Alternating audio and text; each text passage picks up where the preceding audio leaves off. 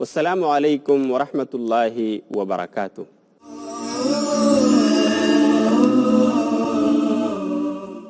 محترم ناظرین کرام، اس نشست میں آپ کا پھر سے استقبال کرتا ہوں۔ السلام علیکم ورحمۃ اللہ وبرکاتہ۔ میں آپ کو بتا رہا تھا کہ اہل سنت والجماعت کا عقیدہ یہ ہے کہ مہاجرین کا رتبہ اور مرتبہ انصار کے اوپر مقدم ہے، مہاجرین انصار سے افضل ہیں، اور اس کی دلیل یہ ہے کہ اللہ رب العالمین نے جہاں کہیں انصار اور مہاجرین کا ذکر کیا ہے قرآنی آیات میں، وہاں پہلے مہاجرین کا ذکر آیا ہے اور اس کے بعد انصار کا ذکر ہوا ہے۔ دیکھیے سورہ توبہ سورۃ نمبر 9 آیت نمبر 100 کا حوالہ میں نے آپ کو دیا۔ اسی طرح اللہ رب العالمین ایک دوسری آیت جو سورہ توبہ سورۃ نمبر 9 آیت نمبر 117 ہے، اس میں بھی اللہ رب العالمین ارشاد فرماتا ہے لَقَدْ طَابَ اللَّهُ عَلَى النَّبِيِّ وَالْمُهَاجِرِينَ وَالْأَنصَارِ الَّذِينَ اتَّبَعُوهُ فِي سَاعَةِ الْعُسْرَةِ، جس کا مطلب ہے اور یقیناً اللہ رب العالمین نے معاف کر دیا ہے اپنے نبی کو، اسی طرح ان تمام مہاجرین اور انصار کو بھی معاف کر دیا ہے جنہوں نے نبی صلی اللہ علیہ وسلم کا تنگی کی حالت میں ساتھ دیا تھا۔ اس میں بھی نبی صلی اللہ علیہ وسلم کے بعد مہاجرین کا ذکر ہے اور اس کے بعد انصار کا۔ ان دونوں آیات کو آپ سامنے رکھیے، اسے پتہ چلتا ہے کہ مہاجرین انصار کے اوپر افضل ہیں۔ اسی طرح مہاجرین کے انصار پر افضل ہونے کی ایک اور معقول وجہ ہے،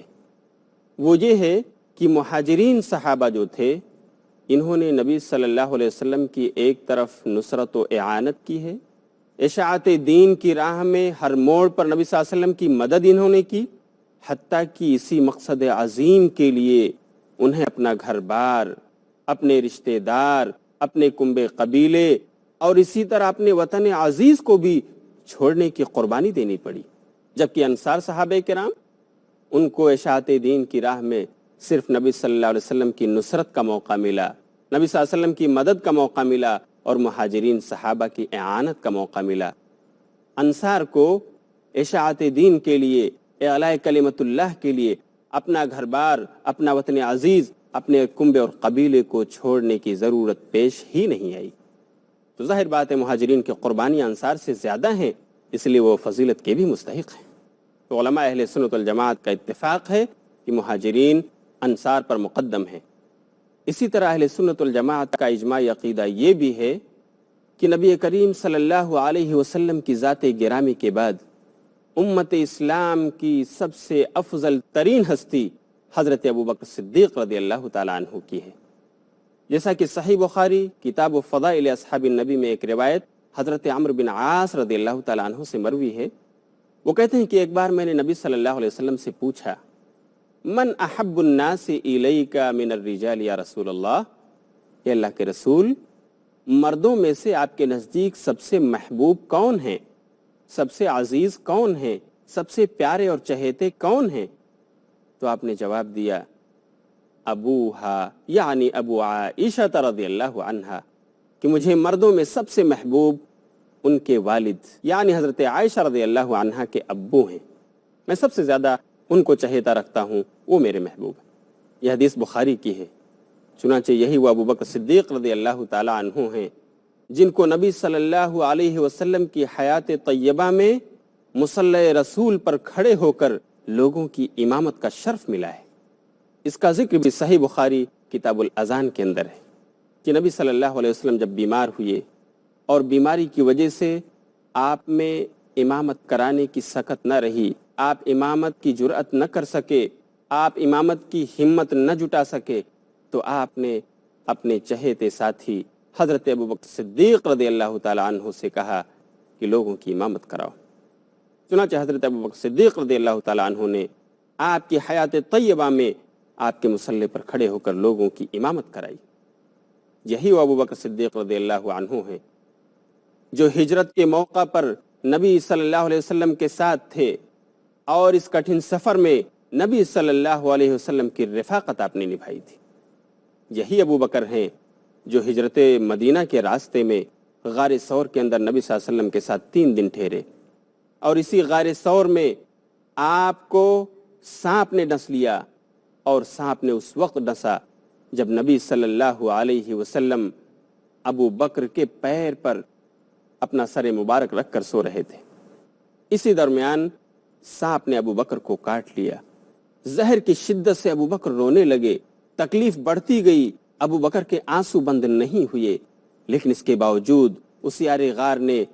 اپنے چہیتے رسول، اپنے چہیتے نبی، اپنے محبوب کو جگانا پسند نہیں کیا، لیکن آنسو گر رہا تھا۔ آنسو گرنے کی وجہ سے نبی صلی اللہ علیہ وسلم کی نیند کھل گئی۔ پوچھا ابو بکر کیا ماجرا ہے؟ کہنے لگے اللہ کے رسول مجھے کسی موذی جانور نے کاٹ لیا ہے۔ رسول کہنے لگے کہ ابو بکر بتایا کیوں نہیں، میں لعاب لگا دیتا۔ چنانچہ نبی صلی اللہ علیہ وسلم اٹھے، آپ نے اپنے منہ سے لعاب نکال کر حضرت ابو بکر صدیق رضی اللہ تعالیٰ عنہ کے زخم پر لگا دیا جہاں سانپ نے کاٹا تھا، اور وہ اچھے ہو گئے۔ یہ ہیں حضرت ابو بکر صدیق رضی اللہ تعالیٰ عنہ۔ ان کا یہ مقام و مرتبہ ہے کہ نبی صلی اللہ علیہ وسلم کی ذات گرامی کے بعد اس روئے زمین پر سب سے افضل ترین ہستی ہیں، جس پر تمام علماء امت کا اتفاق ہے، اہل سنت والجماعت کا اتفاق ہے۔ حضرت ابو بکر صدیق رضی اللہ تعالیٰ عنہ کے بعد پھر حضرت عمر فاروق رضی اللہ تعالیٰ عنہ کا درجہ اور مقام ہے، جس پر تمام ائمہ اربعہ متفق ہیں، اسی طرح تمام علماء امت اور اہل سنت والجماعت کا اتفاق ہے۔ امام شیخ صالح العثیمین رحمۃ اللہ علیہ نے اپنی کتاب شرح العقیدۃ الواسطیہ میں امام مالک کا قول نقل کرتے ہوئے لکھا ہے کہ امام مالک کہتے تھے ما رأیت احدا یشک فی تقدیمہما، کہ میں نے کسی بھی انسان کو نہیں دیکھا جو حضرت ابو بکر اور عمر رضی اللہ تعالی عنہ کے مقدم ہونے میں شک و شبہ کرتا ہو۔ سارے لوگوں کا اتفاق ہے کہ سب سے پہلے حضرت ابو بکر ہیں اور پھر حضرت عمر کا درجہ ہے۔ اسی طرح شیخ صالح العثیمین رحمۃ اللہ علیہ نے امام شافعی کا قول بھی نقل کیا ہے۔ امام شافعی کہتے ہیں لم یختلف الصحابۃ والتابعون فی تقدیم ابی بکر و عمر، کہ صحابہ اور تابعین میں سے کسی کا کوئی اختلاف مذکور یا منقول نہیں ہے۔ اس سے پتہ چلتا ہے کہ حضرت عمر رضی اللہ تعالیٰ عنہ متفق علیہ طور پر ابو بکر کے بعد آپ کا نمبر ہے، آپ کا رتبہ اور مقام ہے۔ آئیے میں آپ کو ایک حدیث بھی سناؤں جو حدیث صحیح بخاری کتاب فضائل الصحابہ میں منقول ہے۔ اس کے راوی حضرت محمد بن حنفیہ رضی اللہ تعالیٰ عنہ ہیں۔ وہ کہتے ہیں کہ میں نے اپنے والد حضرت علی بن ابی طالب رضی اللہ تعالیٰ عنہ سے پوچھا کہ ابو جان ای الناس خیر، بتائیے کہ سب سے بہترین، سب سے افضل اور برتر انسان کون ہے نبی صلی اللہ علیہ وسلم کے بعد؟ تو حضرت علی نے جواب دیا ابو بکر۔ حضرت محمد بن حنفیہ کہتے ہیں قلت ثم من، پھر میں نے کہا کہ اس کے بعد کون ہے، کن کا درجہ اور کن کا مقام ہے؟ تو آپ نے فرمایا ثم عمر، اس کے بعد عمر کا درجہ ہے، پہلے ابو بکر ہیں اور اس کے بعد رتبہ و مقام کے اعتبار سے حضرت عمر ہیں۔ محمد بن حنفیہ رضی اللہ عنہ کہتے ہیں وَخَشِيتُ أَن يَقُولَ عثمان فَقُلْتُ ثُمَّ أَنْتَ، کہ پھر مجھے ڈر ہوا کہ شاید آپ اس کے بعد حضرت عثمان کا نام لیں گے کہ وہ افضل و برتر ہیں، تو میں نے پوچھ لیا کہ ابو جان اس کے بعد تو آپ کا نمبر ہوگا، اس کے بعد آپ رتبہ و مقام میں افضل ہوں گے۔ تو حضرت علی کا جواب تھا ما انا الا رجل من المسلمین، کہ بیٹے میں تو صرف ایک ادنا سا مسلمان ہوں، ما انا الا رجل من المسلمین، میں ایک عام انسان ہوں۔ یہ حضرت علی رضی اللہ تعالیٰ عنہ کا اسٹیٹمنٹ، جس سے بالکل واضح ہے کہ نبی صلی اللہ علیہ وسلم کے بعد سب سے پہلے ابو بکر کا درجہ ہے، اس کے بعد حضرت عمر رضی اللہ تعالیٰ عنہ کا درجہ ہے، اور پھر رتبہ و مقام کے اعتبار سے حضرت عثمان رضی اللہ تعالیٰ عنہ ہیں۔ حضرت عثمان رضی اللہ تعالیٰ عنہ کے بعد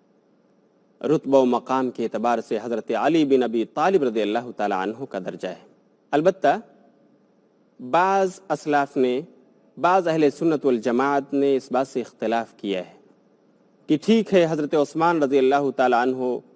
تیسرے خلیفہ اور حضرت علی رضی اللہ تعالیٰ عنہ چوتھے خلیفہ ہیں، حضرت علی کا نمبر خلافت کے اعتبار سے چوتھا ہے، لیکن افضلیت کے اعتبار سے،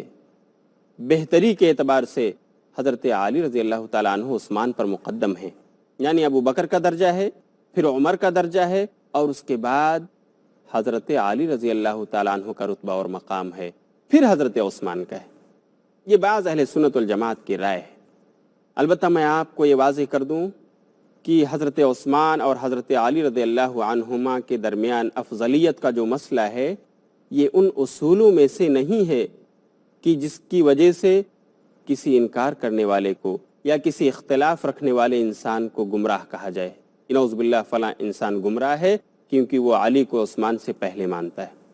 بلکہ اس سلسلے میں صحیح موقف یہ ہے کہ اگر کوئی شخص حضرت علی کو حضرت عثمان پر مقدم مانتا ہے کہ عمر کے بعد علی کا درجہ ہے اور پھر عثمان کا، تو ایسے شخص کو گمراہ نہیں کہا جائے گا، ایسے شخص کے خلاف گمراہی کا فتویٰ نہیں صادر کیا جائے گا، بلکہ یہ صرف کہا جا سکتا ہے کہ یہ بھی بعض اہل سنت والجماعت کی رائے ہے اور بس۔ البتہ اگر کوئی شخص یہ عقیدہ رکھے کہ حضرت ابو بکر اور عمر کے بعد خلافت کا حق حضرت علی کا تھا لیکن انہوں نے چھین لیا، خلافت کے حقدار حضرت علی تھے، یا یہ کہ ان تینوں حضرات نے ابو بکر، عمر اور عثمان نے نعوذ باللہ نبی صلی اللہ علیہ وسلم کے بعد، یا یہ کہ نبی صلی اللہ علیہ وسلم کے بعد خلافت کا حق حضرت علی کا تھا لیکن ابو بکر، عمر اور عثمان رضی اللہ عنہم اجمعین نے ان کا حق چھین لیا، غصب کر لیا، تو پھر ایسے شخص کے گمراہ ہونے میں شک و شبہ کی کوئی گنجائش نہیں۔ اس لیے ہمیں اس سلسلے میں بالکل محتاط رہنا چاہیے۔ اگر کوئی شخص علی اور عثمان کے درمیان خلافت کے اعتبار سے وہ علی کو چوتھا مانتا ہے لیکن افضلیت کے اعتبار سے حضرت علی کو تیسرا مقام دیتا ہے، تو ہمیں اس سے لڑنا جھگڑنا یا ہمیں اس کے خلاف فتویٰ صادر نہیں کرنا چاہیے۔ یہ بھی اہل سنت والجماعت کی ایک رائے ہے۔ البتہ دوسری بات جو میں نے ذکر کی وہ عقیدے کے اعتبار سے بالکل غلط ہے، جس کے بارے میں ہمیں اپنے موقف کو درست رکھنا چاہیے۔ نبی صلی اللہ علیہ وسلم کی ذات گرامی کے بعد امت کی سب سے افضل ترین ہستی حضرت ابوبکر صدیق رضی اللہ تعالیٰ عنہ کی ہے۔ حضرت ابوبکر صدیق کے بعد حضرت عمر رضی اللہ تعالیٰ عنہ کا درجہ و مقام ہے، اور حضرت عمر کے بعد حضرت عثمان رضی اللہ تعالیٰ عنہ کا مقام آتا ہے۔ جیسا کہ میں نے بیان کیا، بخاری کتاب فضائل الصحابہ کے اندر حضرت عبداللہ بن عمر رضی اللہ تعالیٰ عنہ سے مروی ہے، وہ کہتے ہیں كنا لا نعدل في زمن النبي صلی اللہ علیہ وسلم بأبی بکر احدا ثم عمر ثم عثمان، کہ ہم نبی صلی اللہ علیہ وسلم کے زمانے میں